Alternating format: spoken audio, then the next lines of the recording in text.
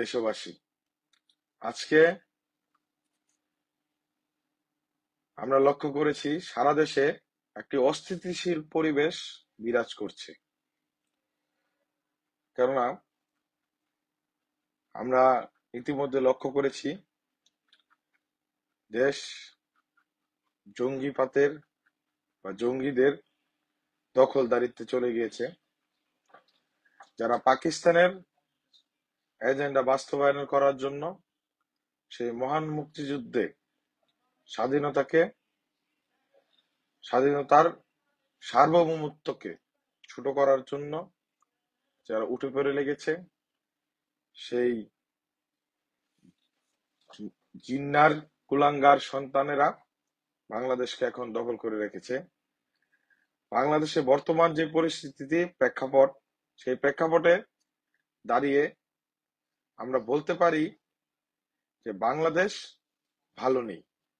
এটা আমরা বিগত এই 8 মাস যাবৎ দেখছি বাংলাদেশ খুবই একটা অস্থিতিশীল পরিস্থিতি যাচ্ছে। সেই পরিস্থিতি থেকে দাঁড়িয়ে এই জঙ্গি লিডার হাসনাত, এই জঙ্গি লিডার নাহিদ, আসিফ, এরা বাছুর হয়ে,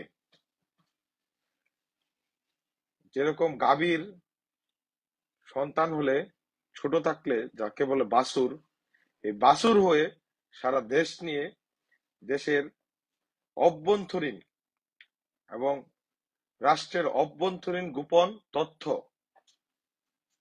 সাধারণভাবে সারা বিশ্বের কাছে প্রকাশ করছে, এই সামাজিক যোগাযোগ মাধ্যমে প্রকাশ করছে, যা আমি বিশ্বাস করি রাষ্ট্রদ্রোহিতার সমান।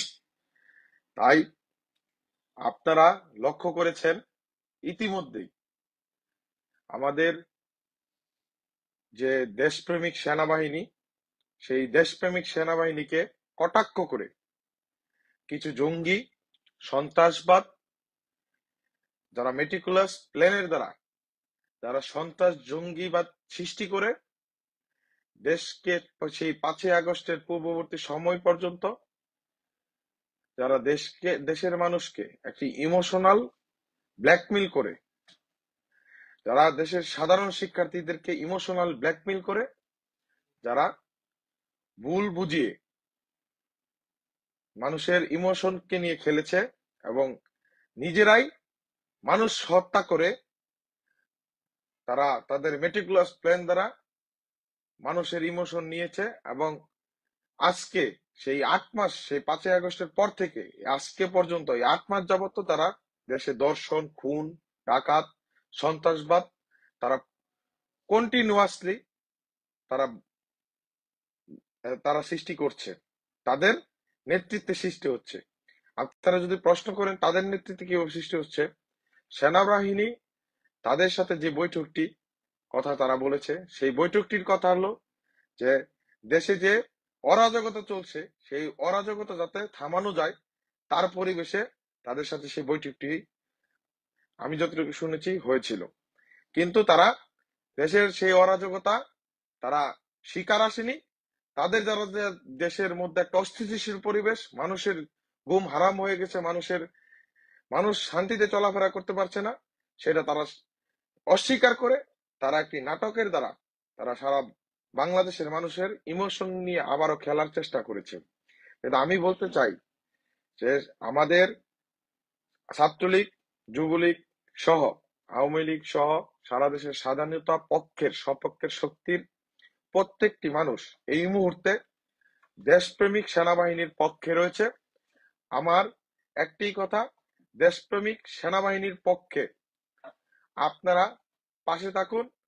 যে এই অপমান অপদস্থ বর্তমান প্রেক্ষাপটে এসে এই জঙ্গিরা, এই জঙ্গি লিডার হাসনাত, আসিফ, নাহিদ সেনাবাহিনীকে, দেশপ্রেমিক সেনাবাহিনীকে অপমান অপদস্থ করছে, সেই অপমান অপদস্থ বাঙালি হিসাবে, দেশের নাগরিক হিসাবে, সুনাগরিক হিসাবে আপনারা মেনে নিতে পারেন না, স্বাধীনতার সপক্ষের শক্তি হিসাবে মেনে নিতে পারবেন না।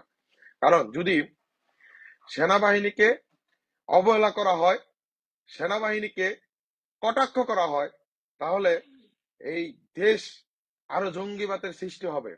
তাই আমার সেনাবাহিনীর প্রতি সর্বোচ্চ সম্মান এবং শ্রদ্ধা আছে আমাদের। সেই সর্বোচ্চ সম্মান এবং শ্রদ্ধার জায়গা থেকে বলতে চাই, আপনারা এই জঙ্গিদের দেশ থেকে বিতাড়িত করেন। এই জঙ্গিদের বিরুদ্ধে সাধারণ মানুষ আপনাদের সাথে ঐক্যমত প্রকাশ করেছে। সারা বাংলাদেশের মানুষ আজকে এই জঙ্গিবাদের বিরুদ্ধে, এই হাসনাত, এই সার্জিস, এই নাহিদ, এই আসিফদের যন্ত্রণায় অতিষ্ঠ হয়ে গেছে। আজকে আপনাদেরকে এই দেশপ্রেমিক সেনাবাহিনীদের বিরুদ্ধে এই জঙ্গিবাদদের যেই ধরনের কটাক্ষমূলক কথাবার্তা শোনা যাচ্ছে, সেই কটাক্ষমূলক কথাবার্তার আমি তীব্র নিন্দা জানাই। ছাত্রলীগের গাজীপুর জেলা ছাত্রলীগের পক্ষ থেকে তীব্র প্রতিবাদ জানাই। এদেরকে বাংলার মাটি থেকে বিতাড়িত করে অতি শীঘ্রই এই বাংলার মাটিতে সেই স্বাধীনতার সপক্ষের শক্তির আবারও বিজয় হবে। বাংলার মাটিতে স্বাধীনতার সপক্ষের শক্তির বিজয়ের পতাকা উদিত হবে।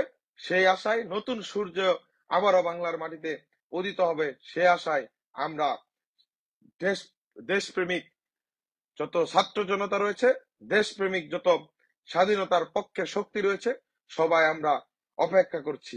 আমি ইতিমধ্যেই সারা দেশের ফেসবুক সহ বিভিন্ন মাধ্যমে আমি দেখতে পেরেছি, যারা জুলাইয়ের যে একটি মেট্রিকুলাস যে জঙ্গিদের দ্বারা যে একটা আন্দোলন হয়েছিল, সেই আন্দোলনে সেই নাহিদ, সার্জিস, হাসনাত তারা একটা ইমোশন নিয়ে সারা দেশের শিক্ষার্থীদেরকে একটি ইমোশন নিয়ে তারা ডেকেছিল এবং তাদেরকে সেই ইমোশন থেকে তাদেরকে ইমোশনাল ব্ল্যাকমেইল করে তারা সেই আন্দোলনে যোগদান করার সুযোগ তারা আন্দোলনে যোগদান করেছিল। কিন্তু তারা এখন বুঝে গেছে, সাধারণ শিক্ষার্থীরা এখন বুঝে গেছে যে ছাত্রলীগ, আওয়ামী লীগ, যুবলীগ কখনোই সাধারণ শিক্ষার্থীদের বিপক্ষে ছিল না। আমরা ছাত্রলীগরা কখনোই সাধারণ শিক্ষার্থীদের বিপক্ষে নয়।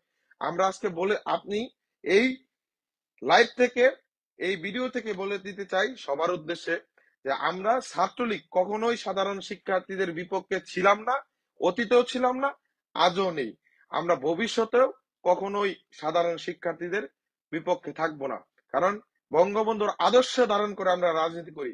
বঙ্গবন্ধুর আদর্শ ধারণ করে রাজনীতি করলে বঙ্গবন্ধুর আদর্শ সব সময় সাধারণ শিক্ষার্থীদের পক্ষে কথা বলার জন্য, ন্যায় নিয়ে, নীতি নিয়ে কথা বলার জন্য। সেই আদর্শ বহির্ভূত হয়ে আমরা রাজনীতি করি না। কারণ আজকে 8 মাস যাবৎ আমাদের ঘর বাড়ি সবকিছু ধ্বংস হয়ে যাওয়ার পরেও আমরা বঙ্গবন্ধুর আদর্শ থেকে বিচ্যুত